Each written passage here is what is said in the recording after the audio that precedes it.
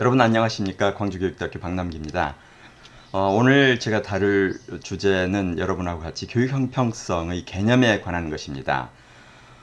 저희들이 지금 널리 쓰고 있는 개념으로 뭐 공정성, 공평성, 뭐 여러 가지 개념들이 있습니다. 근데 거기에 이 교육 형평성이라는 말은 그렇게 널리 쓰이지는 않는데 특히 최근에 와서는 이 공정성이라는 개념으로 대체가 돼가기 시작하면서 이 교육 형평성의 개념을 조금 더 명확히 해보자 이런 생각을 가지고 임하게 됐습니다. 제가 그동안 연구를 해보니까 이 새로운 개념이라고 하는 것은 이 보지 못했던 현상을 보게 하거나 혹은 현상을 새롭게 보게 하는 렌즈와 같은 역할을 한다. 이런 생각을 하게 됐습니다. 그래서 지금 이제 저희들이 유사하게 쓰고 있는 평등성, 형평성, 공평성, 공정성, 이 정의 이런 개념 모두가 다 재화 분배 기준에 대해서 새로운 관점을 제시해주는 역할을 하고 있다. 이렇게 볼 수가 있습니다. 그런데 이러한 새로운 렌즈가 이 세상을 새롭게 바라보도록 하는데 기여할 수 있으려면 렌즈의 역할과 성능에 대한 명확한 규정, 또 사용 시 렌즈에 초점을 맞추는 법 등을 알아야 하듯이 그 개념에 대해서 명확히 규정하고 개념의 내연과 외포 이런 것들을 함께 알아볼 수가 있어야 합니다. 지금 이제 교육 형평성은 특히 지금도 어떻게 하나로 규정되기보다는 다양한 의미로 사용되고 있다. 이걸 알 수가 있고요. 아직도 의미가 새롭게 규정되어 가고 있는 것임을 알 수가 있습니다. 그래서 여기에서는 이 학자에 따라서 어떤 개념의 의미를 서로 다르게 사용하는 이유는 뭔지, 또 이 유사 용어들인 평등성, 공평성, 공정성, 정의 등의 용어하고 형평성의 관계는 어떻게 되는지, 그 다음에 지금 현 정부 들어서 화두가 되고 있는 공정성의 의미는 뭔지, 그리고 이걸 기반으로 해서 형평성의 개념 구조를 한번 탐색해 보고자 합니다. 근데 미리 양해 말씀드릴 것은 지금 이 논문은 현재 진행 중인 논문이어서 미완성 상태입니다. 그래서 제가 한 곳까지만 말씀을 드리고 나머지는 또 추후에 다시 만나도록 하겠습니다. 먼저 이 새로운 용어의 의미 혼란이 오는 이유, 그 다음에 극복 방안에 대한 얘기를 나누고 싶은데요. 이 말씀드린 것처럼 이러한 유사 개념들은 일상생활에서만이 아니라 학문 세계에서도 혼용이 되고 있는 것을 알 수가 있습니다. 이 학문적 논의에서 형평과 유사한 뜻으로 사용되고 있는 것은 평등, 공평, 공정 인데 이것 또한 실은 일상으로 우리가 쓰는 용어하고는 조금 뜻이 다릅니다. 왜냐하면 모두 다 수입 번역된 서구의 용어들이고요. 또 학문적 용어로서 수입이 되어서 사용되다 보니까 일상적으로 쓰는 용어하고는 조금 괴리가 생기는 경우가 있습니다. 이러한 수입 번역된 용어들의 경우에는 한자의 뜻을 풀어서 의미를 파악하려고 하는 것은 조금 넌센스에 가까울 때가 많습니다. 여러분 잘 알고 있는 것처럼 양주동 선생의 몇 기 어찌야 있잖아요. 이것도 그대로 소리나는 것을 한자로 썼는데 한자 속에서 뜻을 찾으려고 했던 어려움이 있었던 거죠. 그래서 형평성이란 용어는 이 한자로 번역이 되어 학계에서 차츰 널리 쓰이고는 있지만 일반적으로 잘 사용되지 않기 때문에 용어의 운명이 향후 어떻게 될지 이건 좀 알기 어렵습니다. 다만 현 정부에서 유사의 용어이면서 뜻이 다른 공정성이라는 용어를 사용하고 있기 때문에 아마 형평성이라는 용어가 향후 어떻게 살아남을지는 잘 모르겠어요. 이 유사 용어와의 관계를 보면 따질 때 랭귀지 게임이라는 게 있습니다. 언어 게임이라고 하는데요. 랭귀지 게임은 저희들이 새로운 용어의 의미를 파악하고자 할 때 도움이 되는 방법이고요. 이 유사 용어와의 관계를 확인해보고 상대어, 즉 반대말을 찾아보고 보카버를 만들어보고 문장에서의 용례를 찾으면서 그 용어의 의미를 구체화시키는 것을 의미합니다. 이 형평성 개념과 혼용되고 있거나 뜻이 비슷한 유사 용어와의 관계를 밝히면 또 형평성의 의미를 파악하는데 도움이 됩니다. 먼저 평등과 형평인데요. 이 격차의 불인정, 타당한 격차와 대우의 차이 인정 정도를 기준으로 단어를 수평으로 배열해 본다면 평등이 아마 가장 왼쪽에 있게 될 거고요. 그 다음이 형평, 공평, 공정순이다 이렇게 생각해 볼 수가 있습니다. 이게 이제 일반 학자들의 주장이고요. 이 주장에 따르면 형평은 평등보다는 타당한 격차를 일부 인정해야 한다. 이런 개념으로 받아들이고요. 그리고 또 공평이나 공정보다는 조금은 더 소극적인 개념이다. 이렇게 생각할 수가 있습니다. 그러면 조금은 형평의 개념이 지금보다는 좀 드러나는 것을 볼 수가 있습니다. 그 다음에 교육 평등성과 수월성이라는 것도 쓰고요. 혹은 이 교육 형평성과 이 수월성이라는 말을 쓰기도 하는데, 이 문성빈에 따르면은 이제 OECD 국제지표로 본 한국 교육의 형평성 분석에서 형평의 의미를 공평성과 포용성이다 이렇게 정의를 하고 있고요.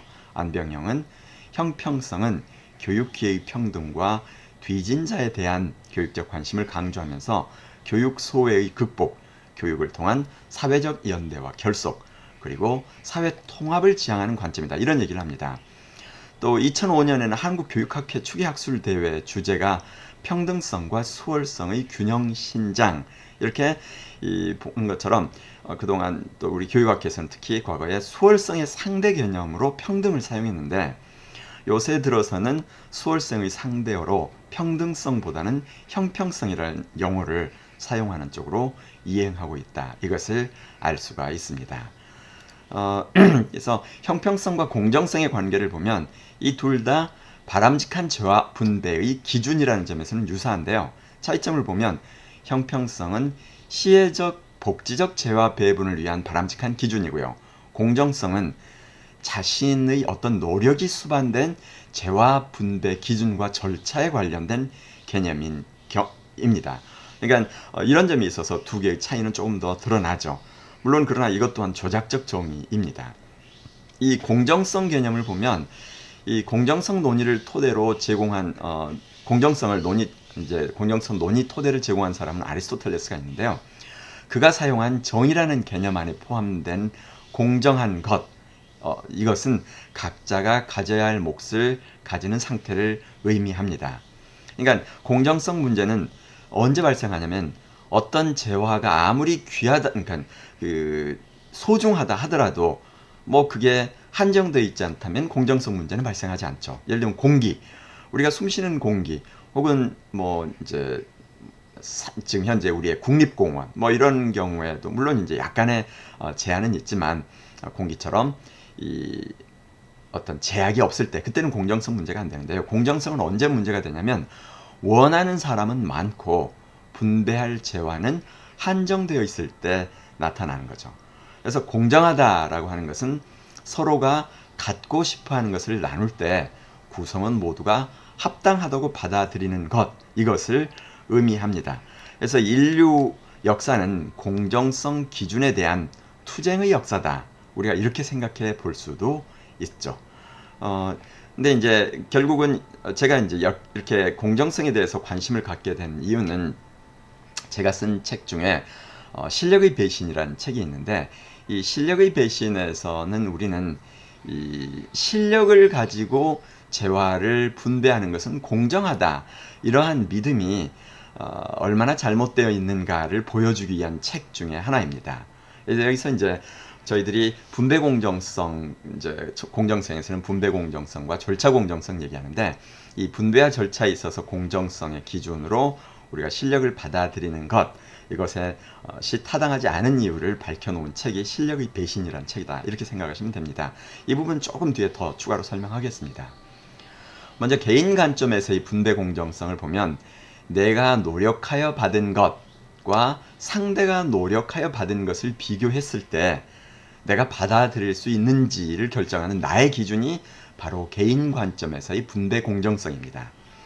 그러니까 조금 관대한 사람의 입장에서는 뭐 상대가 조금 더 많이 가져가더라도 분배가 공정하다, 뭐 이렇게 받아들이게 되겠죠.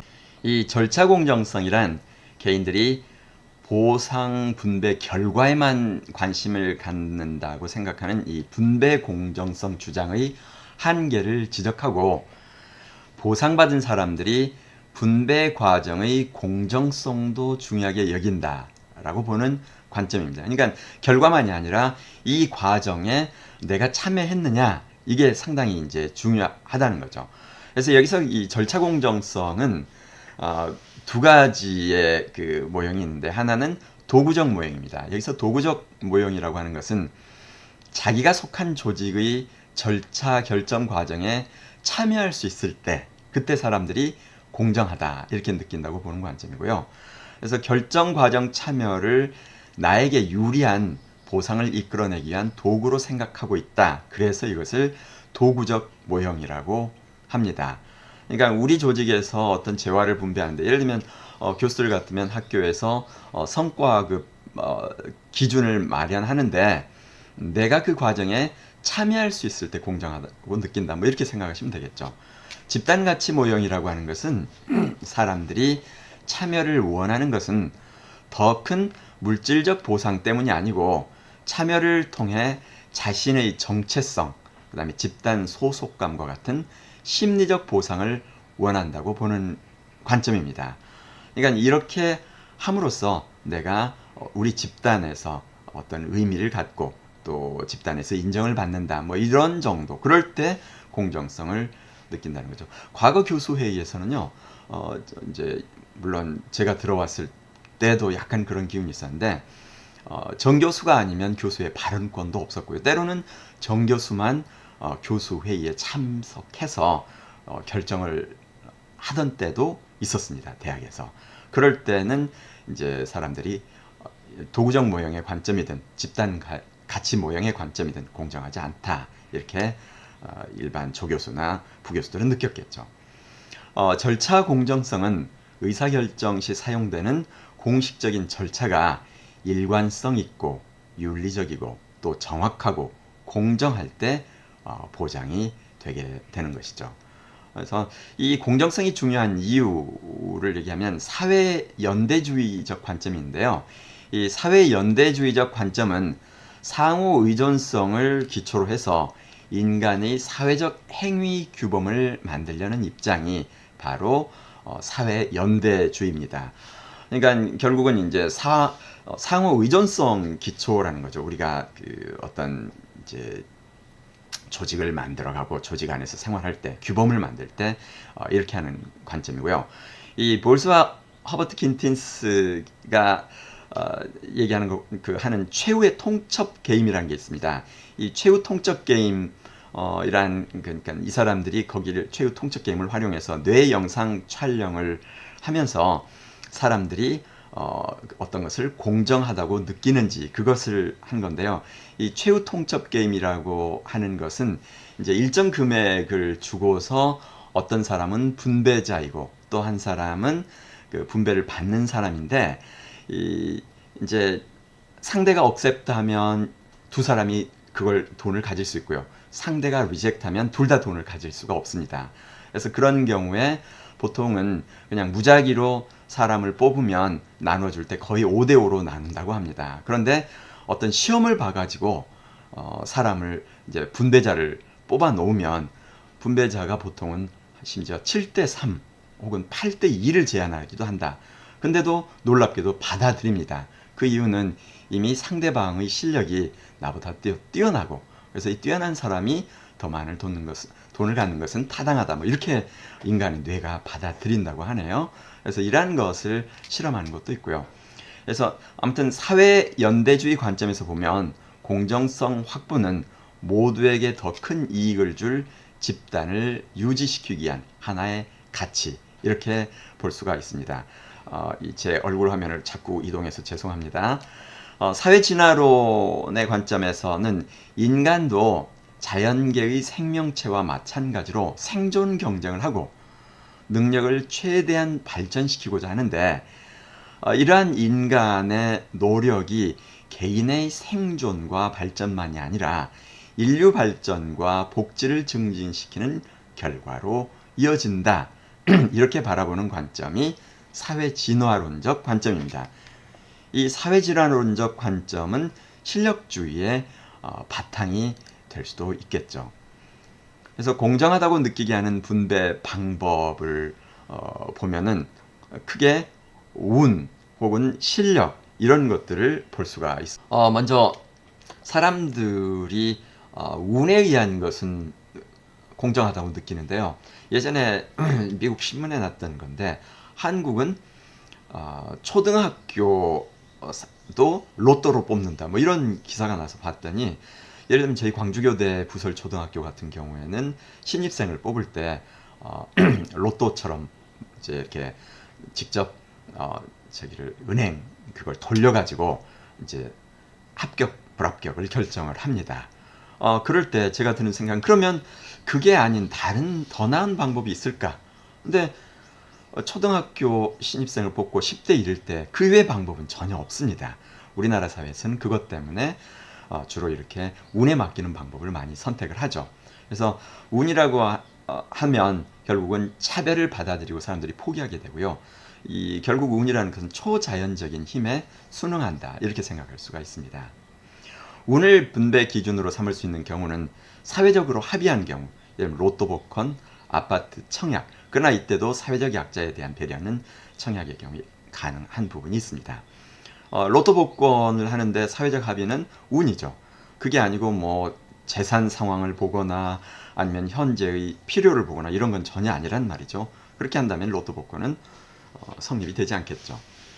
그 다음에 또 하나는 경쟁이 치열하고 사회가 전문가나 권력자를 불신할 때 현재 많은 그 공사는 공개 입찰을 하는데 이 공개 입찰이 거의 로또하고 같습니다. 어떤 특정 금액을 이미 정해놓고 그 금액에 가장 가깝게 써낸 사람이 입찰을 받는 거죠. 그 다음에 공감할 수 있는 이 합리적이고 공정한 기준을 더 이상 찾기가 어려울 때, 그래서 앞에 말씀드렸던 부설초등학교 추첨 입학제 뭐 이런 것들을 볼 수가 있습니다. 또 하나 분배를 수긍하게 한 기준이 바로 실력인데요. 아까 말씀드렸던 그 최후 통첩 게임은 호프만이 만들어 놓은 건데 말씀드린 것처럼 응답자를 정하는 방식에 따라서 불평등 수능 차이가 있더라 이렇게 얘기를 하죠. 그냥 무작위로 하면 5대5, 시험으로 제한자를 결정하면 놀랍게도 제한금이 36%나 감소했다. 그래서 여기서 궁금한 것은 그렇다면 실력주의 사회를 사람들은 왜 공정하다고 믿고 그 불평등을 수용할까? 여기에 관한 거죠. 거기에 대해서 더 궁금하시면 제 책 실력의 배신을 참고해 주실 것을 부탁을 드리겠습니다. 여기에 있는 것은 해롤드 햄의 이혼 소송에 관한 건데요. 이 사람 재산이 190억 달러나 되는데 그 중에서 9억 7,400만 달러의 위자료를 이제 그 제시를 했습니다. 그랬더니 그 부인이 이건 타당하지 않다. 그래가지고 이혼 소송을 했는데 이혼 소송에서 해롤드 햄의 변호사는 이 해롤드 햄이 번 돈은 운으로 번 거다. 그 다음에 부인 수안이 그 변호사는 아니다. 이건 내 남편 과거, 그러니까 이혼 소송이니까 현 남편이죠. 남편이 열심히 노력해서 버는 거다. 이렇게 했는데 결과는 해롤드 햄이 이겼어요. 근데 왜 자기가 노력이 아니고 운으로 벌었다고 했냐면 그 주의 법은 운으로 번 돈은 이혼 소송할 때 반분하지 않아도 되는 걸로 되어 있었습니다. 그렇게 해가지고 자기 재산을 반분하지 않아도 되는 걸로. 그래서 실제로 보면은 많은 부자들이 거의 운에 의해서 돈을 벌었음을 입증하고 있습니다. 그래서 거기에 관한 내용도 제 책에 상세히 소개가 되어 있어서 나중에 보시길 바랍니다. 그렇다면 이제 마지막 형평성입니다. 형평성이란 뭘까? 그래서 그 형평성은 평등을 구현하기 위한 구체적인 준거인데요. 이 형평성 개념 안에 바람직한 분배 기준으로 활용되고 있는 공정성의 개념까지 포함되어 있다. 그러니까 형평성이 공정성보다는 더 넓은 개념이다. 보통 이렇게 인식을 하고 있습니다. 그래서 서구에서 형평성 개념이 등장한 배경을 살펴보면요. 형평성을 의미하는 영어는 equity인데 equality, uniformity, conformity, symmetry, fairness, equal rights, kindness, moderation 이런 것을 의미하는 그 라틴어가 equitatem, 죄송합니다. 발음이 잘 안 돼서. 그래서 even, 평평하다, just, 정의롭다, equal, 평등하다, 뭐 이런 것을 의미하는 라틴어 그 에쿠스에서 왔다 이렇게 얘기를 하고 있습니다. 그러니까 이처럼 형평의 의미 안에는 평등이라는 말도 혹은 공평 혹은 공정이라는 말도 이렇게 서구에서 다 내포되어 있는 의미로 사용하고 있습니다. 그래서 일상적으로 서구에서는 정의의 일종으로 이 equity를 사용하고 있는 것을 알 수가 있습니다. 이 형평성의 원리에 관해서는 임의영 박사가 정리를 아주 잘 해놓고 있는데요. 이 형평성이란 실질적인 정의의 실현을 추구하는 하나의 이념이라고 정의를 하고, 이 추상적이고 일반적인 맥락 차원하고 사회적 상호작용 차원의 관점으로 나누어서 이 형평성의 원칙을 제시하고 있는 것을 볼 수가 있습니다. 일반 맥락 차원이라고 하는 것은 추상적 일반적 차원의 정의의 관념을 통해서 형평성의 원칙을 정립하는 것을 의미하고요. 사회적 상호작용 차원이라고 하는 것은 당사자들 간의 합당한 대우 및 교환과 관련해서 형평성의 원칙을 정립하는 것을 의미합니다. 그래서 형평성의 개념 구조, 이 임영 박사가 제시하고 있는 이것을 제가 이제 약간 수정한 건데요. 이 이념과 원칙, 원리에서는 범주, 비례, 또 비교 이렇게 카테고라이즈를 하고 있는데요. 이 일반 맥락과 사회적 상호 교류 맥락의 관점에서 볼 때, 이념에서는 일반 맥락에서는 합당한 분배와 대우, 또 사회적 상호 교류 맥락에서는 공정한 상호 교류, 다시 말하면 이 합당한 목과 대우의 교환의 관점이죠.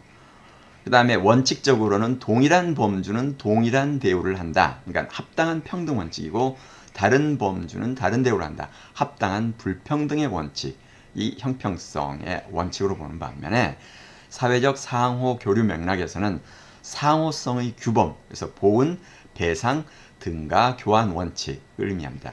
그래서 형평성의 개념에 대해서 뭐 서구에서 이렇게 얘기했고 원래 뜻이 이거니까 우리의 교육 형평성은 그렇게 가야 된다 이렇게 하기보다는, 어찌 본다면 우리 사회적 상호 교류 맥락에서 혹은 한국 사회에서 일반적으로 사용하고 있는 맥락에서 이 형평성의 개념을 한국화시키고 새롭게 조작적 정의를 내리고 그 안에 원칙과 원리들을 만들 필요가 있다. 이걸 통해서 우리가 그걸 알 수가 있습니다.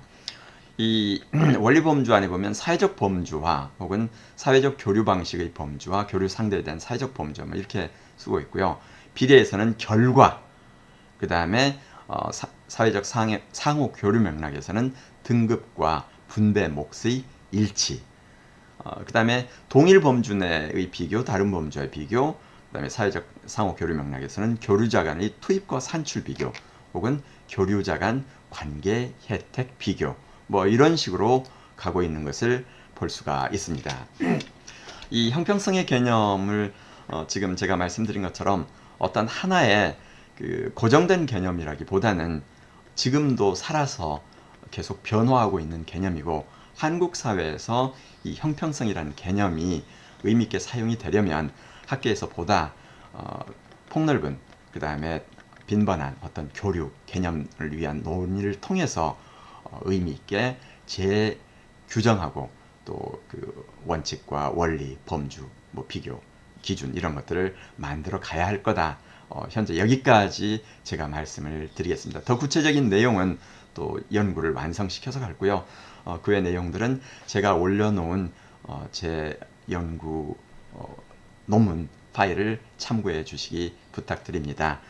여러분 이 재미없는 강의를 이제 발표를 이렇게 끝까지 들어주셔서 고맙습니다. 그러면 학교에서 다시 또 뵙겠습니다. 고맙습니다.